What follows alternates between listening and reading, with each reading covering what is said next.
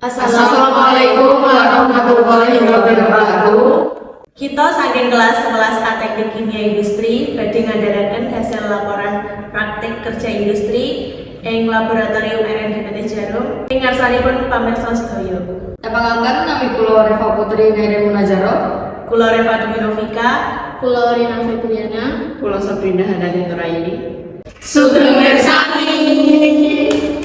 Pada video kali ini, kita akan menjelaskan salah satu ujian akhir di SMK Cipta Karya, yaitu praktik kerja industri atau sering disebut dengan PKL, yang dilaksanakan sesuai dengan jurusannya masing-masing. Pada jurusan Teknik Kimia Industri, kali ini salah satunya ada yang ditempatkan di Laboratorium R&D PT Jarum, yang dilaksanakan pada tanggal 3 Januari hingga 30 Maret 2024. R&D atau Research and Development adalah metode untuk menciptakan produk baru atau mengembangkan dan menyempurnakan produk yang sudah ada dan digunakan untuk menguji keefektifan produk tersebut. Bagi yang penasaran, tonton video ini sampai habis ya, supaya tahu kegiatan apa saja yang kita lakukan di lab R&D. Jadi tiap harinya itu kita selalu bawa tentengan, entah itu bekal, jajan, nasi, intinya kita tiap hari bawa tentengan. Tapi makannya tidak boleh di dalam lab ya guys, itu peringatan keras karena di dalam lab itu harus steril. Oh iya guys, jadi kita itu ditempatkan di dua lab. Yang pertama ada di lab WFM atau lab kertas dan ada di lab rokok fisik. Tapi di sini kita akan bahas yang di lab WFM.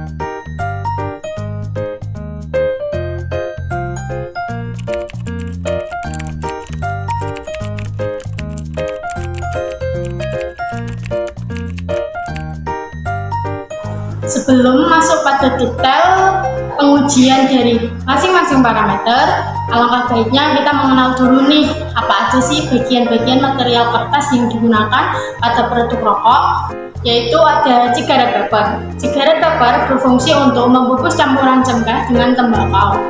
Ada tipping paper. Tipping paper yaitu pembungkus filter setelah plug web. Selanjutnya yaitu ada plug web. Plug web berfungsi untuk membungkus filter sebelum dibungkus oleh tipping paper. Nah, yang selanjutnya yaitu ada OPP film. OPP film ini berfungsi sebagai laminasi dalam proses finishing cetak pada kertas. Selanjutnya ada etiket. Etiket ini sebagai pembungkus rokok atau kemasan pada rokok.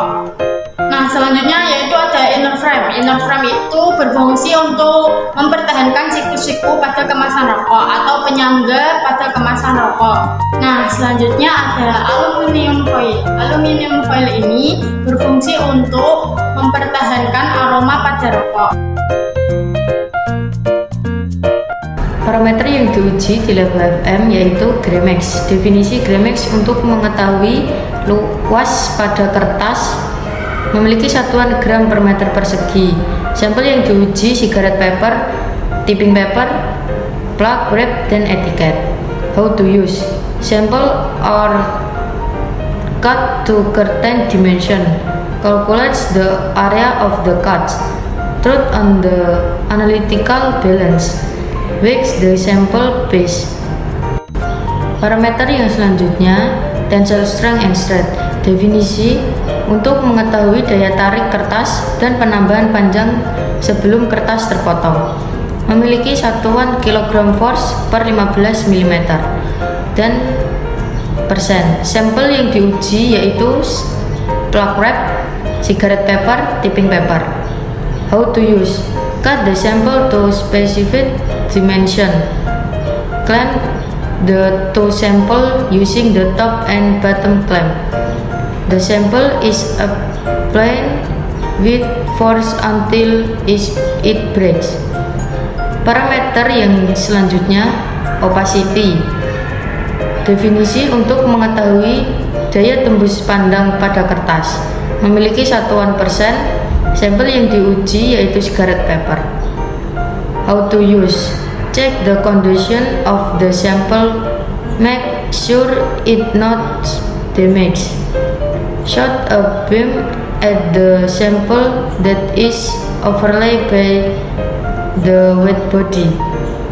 Shoot a bead at the sample that is overlaid by the black body.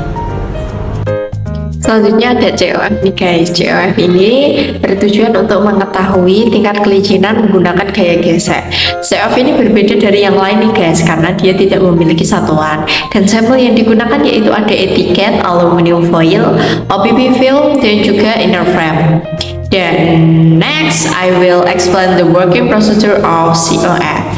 The first, cut to certain dimension. The next, select the method according to sample type. The next, install the sampler on the tool. The next, measure of COF. The last, static and kinetic share of coefficient. Selanjutnya ada puding adiktif nih guys. Puding adiktif ini bertujuan untuk mengetahui kadar sitrat pada kertas. Dan sampel yang digunakan yaitu ada Gigaret paper nih guys. The procedure: 1 gram sample put in a beaker glass and then add the 100 milliliters of hot water. After that, stir the magnetic stirrer for 2 minutes. After that, measure the conductivity when the temperature reaches 45 degrees Celsius. Oke, dan yang terakhir yaitu ada filler content. Filler content ini bertujuan untuk mengukur kadar CaCO3 pada kertas. Dan sampel yang digunakan yaitu ada Gigaret paper. The next, the procedure: 1 gram ethyl weighed in a beaker glass. The next, add 10 milliliters hydrogen chlorine and add 100 milliliters hot water. The next, mix for 2 minutes with a magnetic stirrer guys. Let's stand until it reaches room temperature and then drop PP indicator and titrate with sodium hydroxide 1N. The next, calculate the titration result. Thank you. Nah, itulah parameter-parameter yang kita pelajari di Lab UFM. Semoga video ini dapat bermanfaat bagi orang lain, khususnya bagi diri kita sendiri. Mohon maaf jika ada salah kata maupun tindakan yang kurang berkenan di hati penonton. That's all the videos for our group. Sorry if there are any wrong words. Thanks for watching guys. See you!